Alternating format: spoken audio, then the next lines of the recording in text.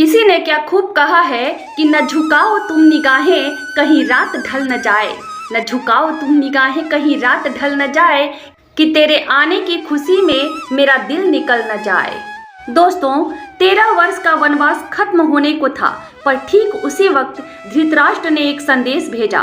वो संदेश पांडवों को हिलाकर रख दिया, लेकिन पांडवों ने जो जवाब दिया उससे न सिर्फ धृतराष्ट्र का सिंहासन डगमगाया, बल्कि विदुर जैसे बुद्धिमान मंत्री को भी क्रोधित हो उठे और उनकी कही एक बात से गुरु द्रोणाचार्य को मिर्ची लग गई।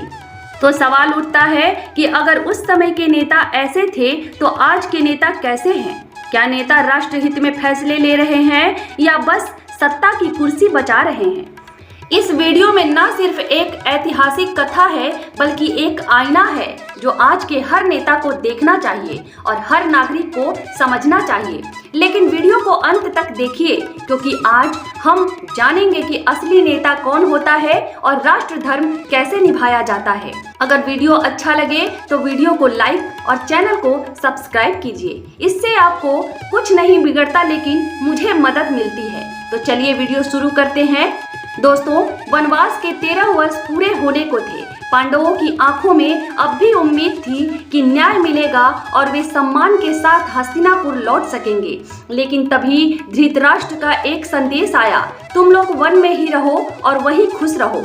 इस संदेश ने पांडवों को हिला दिया। पांडव समझ गए अब शांति से कुछ नहीं होगा। अब अगर अपना हक चाहिए तो युद्ध करना ही पड़ेगा। लेकिन युद्ध से पहले एक फैसला लिया गया, अपनी ओर से एक दूत भेजने का।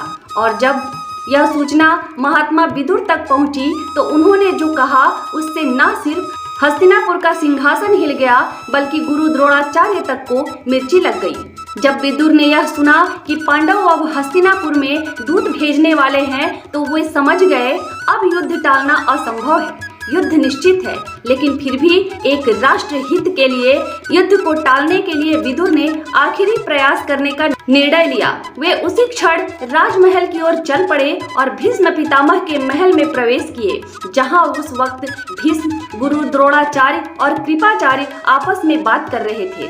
विदुर ने गंभीर स्वर में बोले, हे पितामह, मैं आपकी मजबूरी को समझता हूँ कि आप इस राज सिंहासन से वचनबद्ध हैं।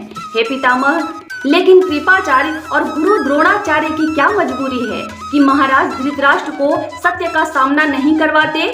क्यों नहीं कहते कि हे महाराज, आप जो कर रहे हैं वह अधर्म है? क्या शिक्षक का धर्म यही रह गया है कि अपने सुख सुविधा को बचाए रखने के लिए अधर्म का साथ दिया जाए?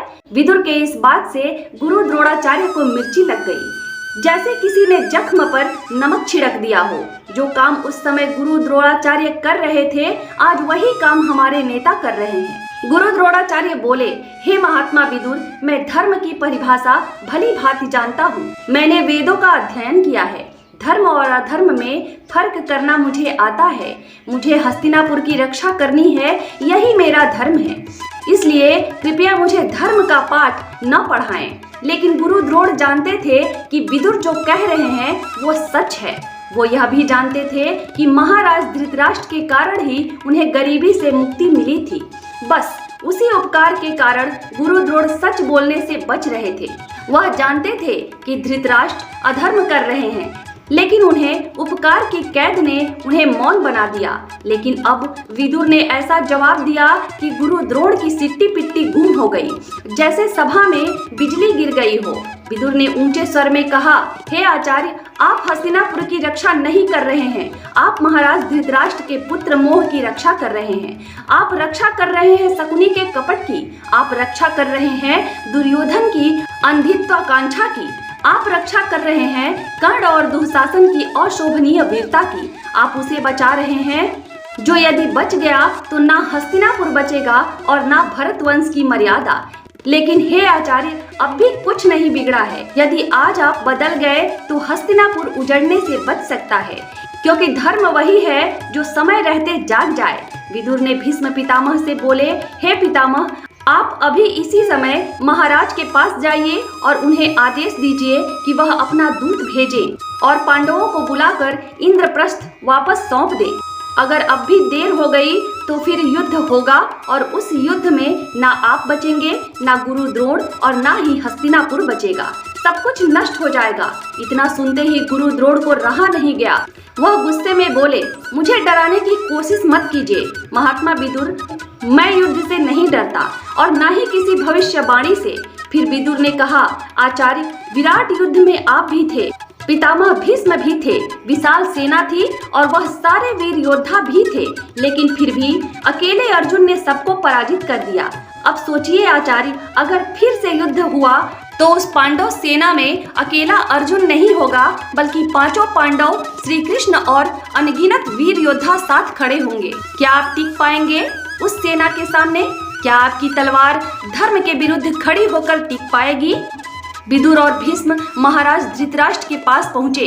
भीष्म पितामह ने बिना किसी लाग लपेट के महाराज को आदेश दिया और कहा कि अब और देर मत करो, अभी पांडवों के पास अपना दूत भेजो, उन्हें सम्मान के साथ हस्तिनापुर बुलाओ और उनका इंद्रप्रस्थ राज्य उन्हें लौटा दो, वरना याद रखना, ना तुम्हारा सिंहासन बचेगा, ना तुम्हारा पुत्र और ना ही यह हस्तिनापुर। धृतराष्ट्र घबरा गए, फिर भी बोले, हे पितामह, मैं चाहता हूँ कि इस पर दुर्योधन से सलाह ले लूं। यह सुनते ही विदुर का चेहरा कठोर हो गया और वह क्रोधित होकर बोले, हे महाराज, आप राजा हैं या दुर्योधन? क्या अब राजकीय निर्णय भी आप अपने पुत्र से पूछ कर लेंगे? यह न्याय का प्रश्न है, यह धर्म का प्रश्न है, इसमें दुर्योधन की राय का कोई स्थान नहीं। यदि आप आज भी मोह में फंसे रहे तो कल इतिहास आपको अंधा नहीं अधर्मी कहेगा। लेकिन उसी वक्त महाराज को सूचना मिलती है कि पांडवों का दूत आया है। यह सुनकर विदुर और भीष्म दोनों वहां से चल देते हैं। दोस्तों, विदुर महामंत्री थे, सिर्फ नाम से नहीं बल्कि कर्म से भी। उन्होंने हर संभव कोशिश किया कि युद्ध ना हो, खून ना बहे, हस्तिनापुर बचे और भरत वंश की मर्यादा बनी रहे। लेकिन जहां राजा ही धृतराष्ट्र जैसा हो, जिसकी आंखें ही नहीं सोच भी अंधी हो, जो पुत्र मोह में इतना डूबा हो कि राज्य और प्रजा की पुकार भी ना सुन पाए, तो ऐसे राजा को समझाना भी मुश्किल हो जाता है और राज्य को बचाना उससे भी ज्यादा। शासक वो नहीं होता जो केवल अपने बेटे के लिए जीता हो। शासक वो होता है जो पुत्र और परिवार से ऊपर उठकर प्रजा, धर्म और राष्ट्र के हित में निर्णय ले। धृतराष्ट्र यह नहीं कर पाए और यहीं से विनाश की शुरुआत हुई। आप अपना राय कमेंट में जरूर बताएं कि आपके क्षेत्र के नेता कैसा है, विदुर या धृतराष्ट्र जैसा।